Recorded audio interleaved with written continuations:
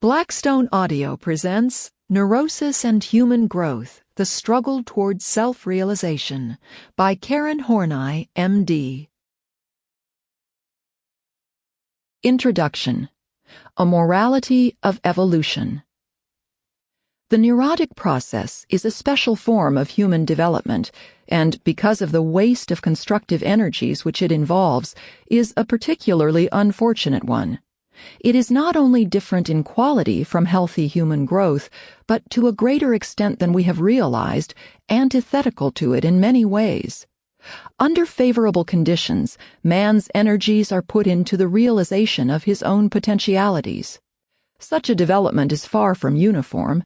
According to his particular temperament, faculties, propensities, and the conditions of his earlier and later life, he may become softer or harder, more cautious or more trusting, more or less self-reliant, more contemplative or more outgoing, and he may develop his special gifts. But wherever his course takes him, it will be his given potentialities which he develops. Under inner stress, however, a person may become alienated from his real self.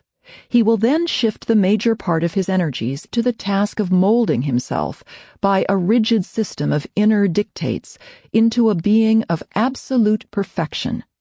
For nothing short of godlike perfection can fulfill his idealized image of himself and satisfy his pride in the exalted attributes which, so he feels, he has, could have, or should have.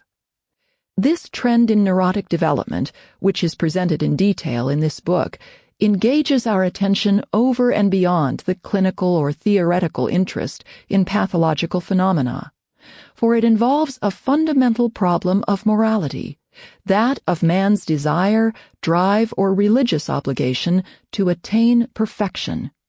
No serious student concerned with man's development will doubt the undesirability of pride or arrogance, or that of the drive for perfection when pride is the motivating force. But there is a wide divergence of opinion about the desirability or necessity of a disciplinary inner control system for the sake of ensuring moral conduct. Granted that these inner dictates have a cramping effect upon man's spontaneity, should we not, in accordance with the Christian injunction, "Be ye perfect," strive for perfection? Would it not be hazardous, indeed ruinous, to man's moral and social life to dispense with such dictates? This is not the place to discuss the many ways in which this question has been raised and answered throughout human history, nor am I equipped to do so. Sample complete. Ready to continue?